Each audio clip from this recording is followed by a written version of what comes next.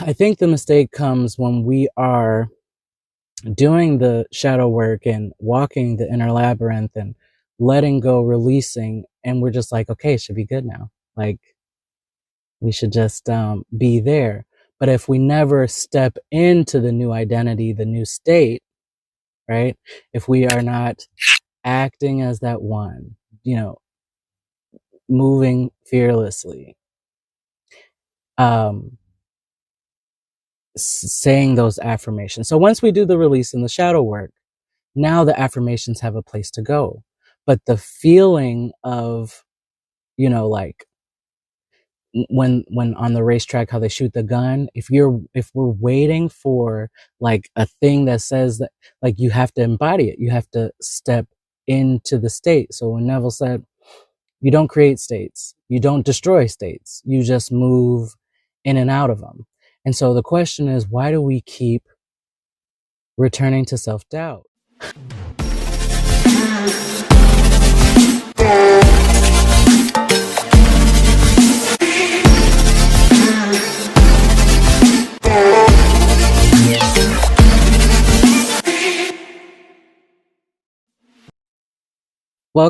Welcome back. I'm so grateful that you are here. We are choosing to trust the divine, that the divine brought us together for a reason. I am currently moving through some things. And so you clicking on this video, you might be asking similar questions, moving through some similar things, or just getting out. And so this could be confirmation, inspiration, or, an invitation, one of the three, or maybe all of the above.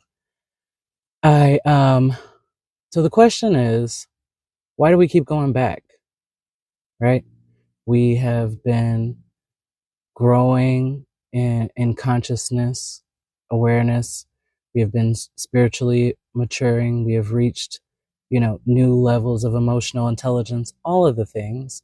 But why do we keep going back to insecurities and self-doubt? And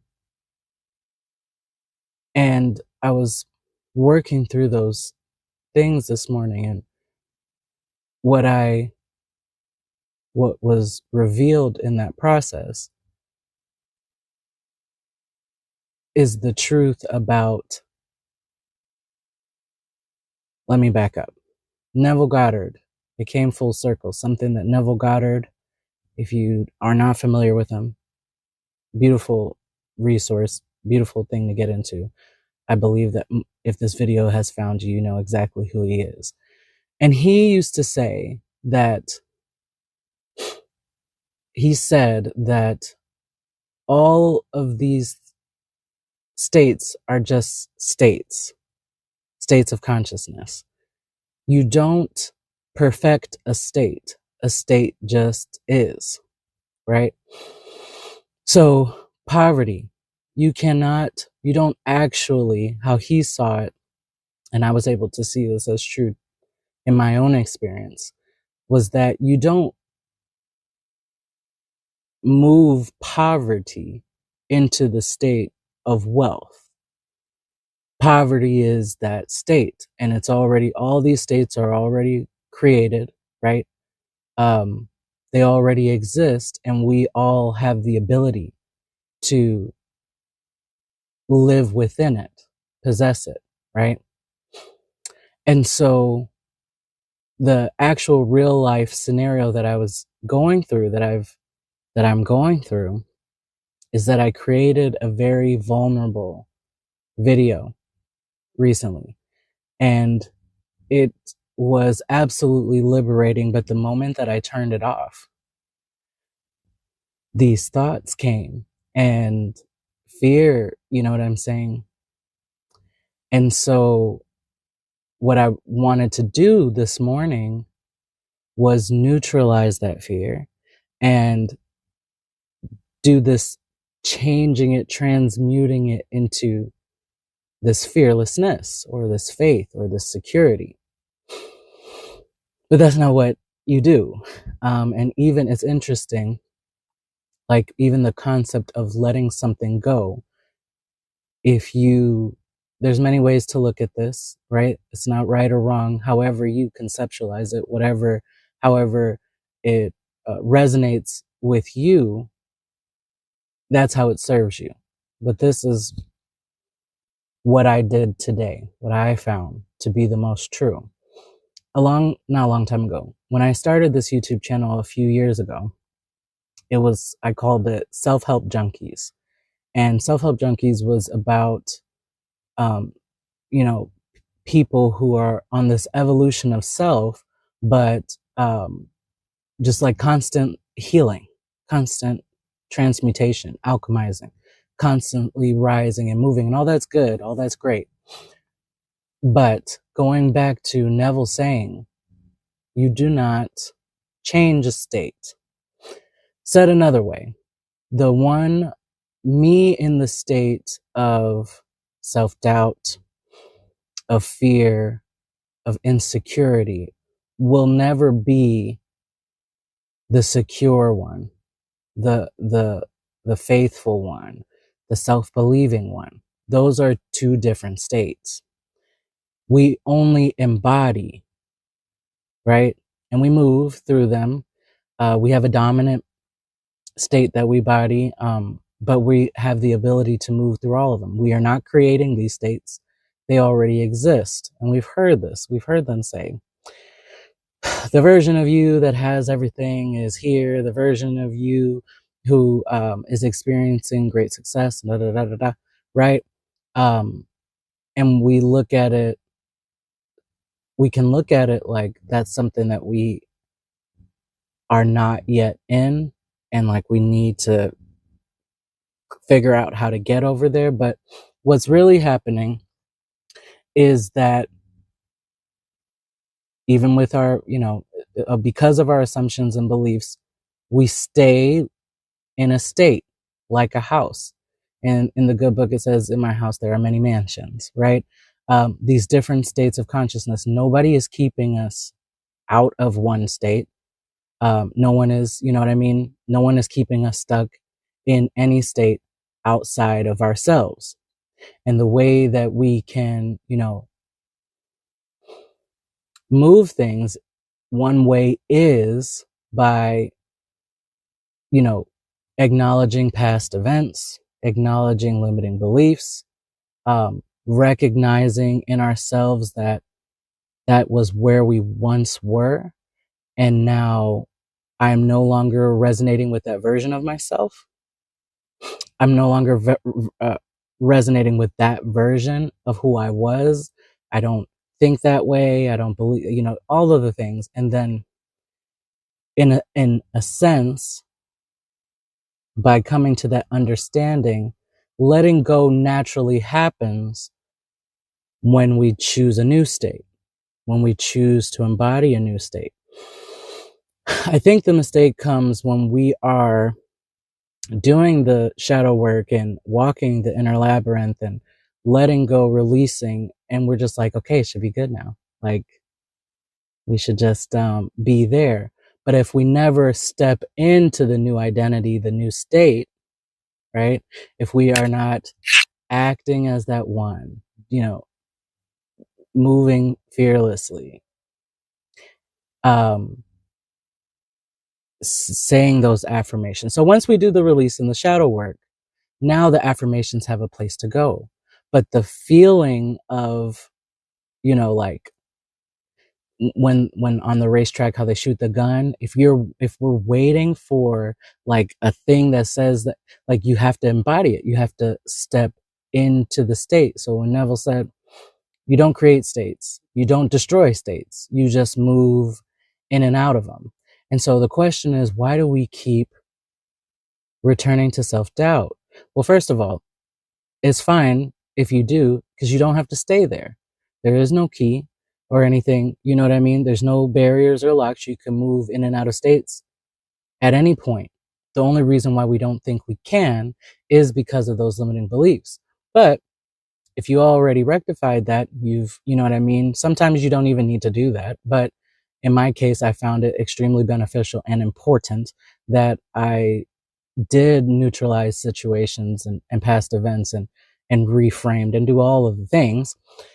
But once you've done that, it's not just, okay, so I'm a little bit of a movie buff. And if you remember in the movie The Mummy, okay, if you haven't seen it, I'm sorry, but this is what happened. In the movie The Mummy, the first one, they get to the end, okay, and they are trying to destroy the bad guy, kill this mummy, apocalypse, big force to be reckoned with.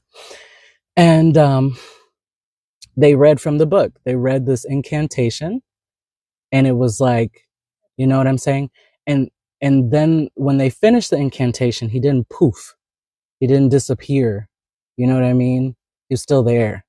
And they were like, WTF? Like we just did this thing. We got the book and we said the thing, and now he's still here. And then they realized that the incantation didn't just make him go away, like didn't just solve the problem, but it neutralized the situation. And I think that that might be the missing piece, is that when we do this work, it is to neutralize things, to kind of level it out so that you can see the fullness of who you are, because all it was an illusion, right? So it neutralizes the situation, but then the next step is embodiment. And so that may require, so for me, I was, you know, doing my thing this morning, praying over myself. And I said, well, okay, so I've neutralized the situation. I see I feel the support in myself, and I can see evidence of support sprinkled here and there. And the situation is absolutely perfect. I'm choosing not to go because I'm still like kind of just like waiting for me to feel like it, waiting for me to feel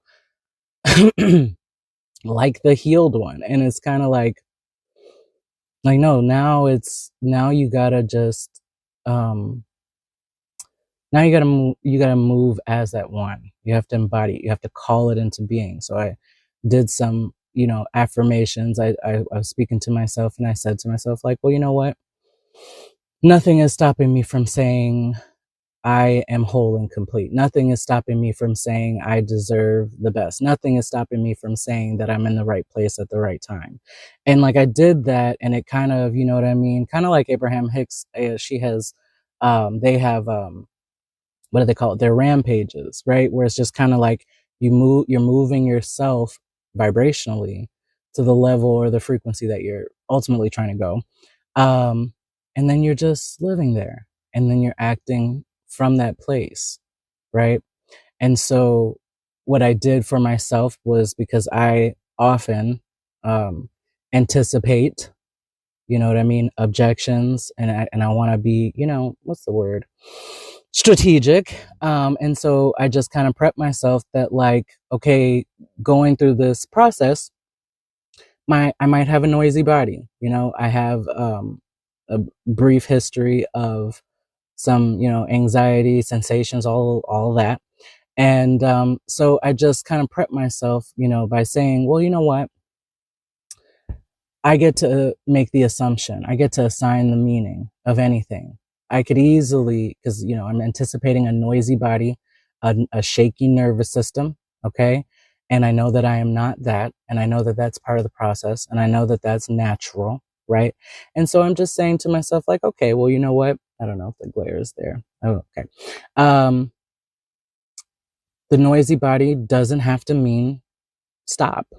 The noisy body doesn't have to mean not today.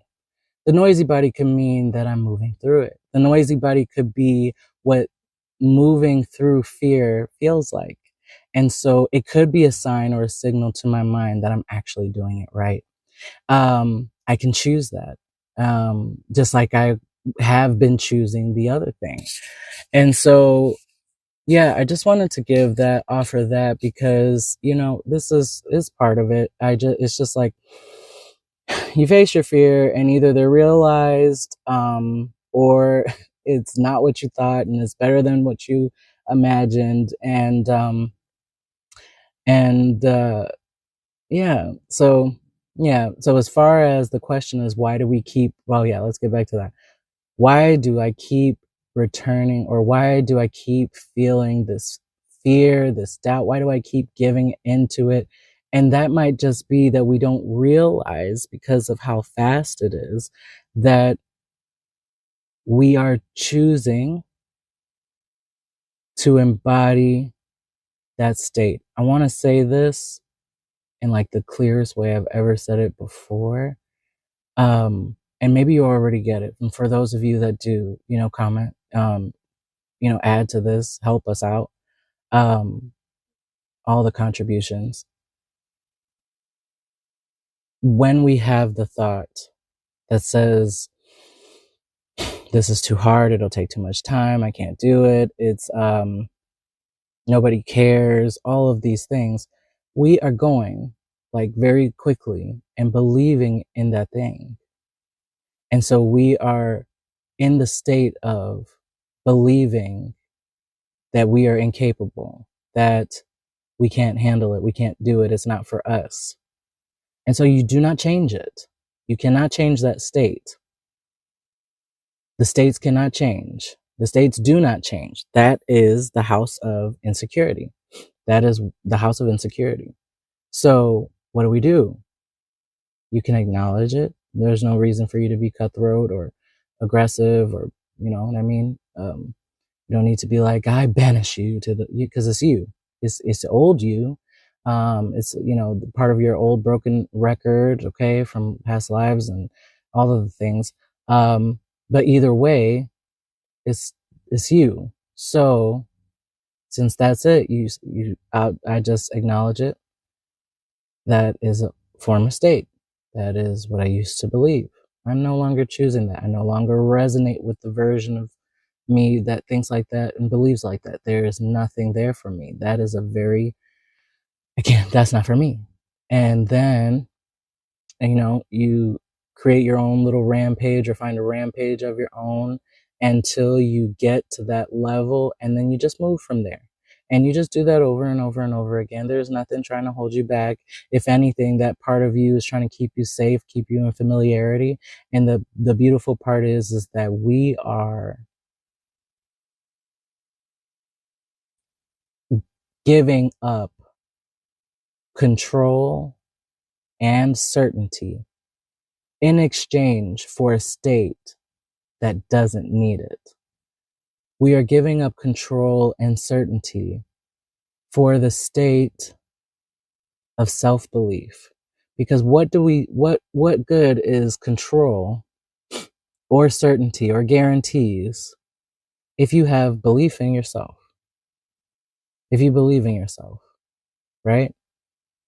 And so this is that work. It's like, oh, I don't need to be in control of everything. I don't need to know how this is going to work. I don't need to know nothing. I don't need to know any of those things, because I believe in myself. I trust myself to be able to handle all of those things. I trust that I am divinely guided and will be able to, that I'm more than all of the situations, that I will meet every challenge with grace, dignity, compassion, and love, and that it will end as, total success.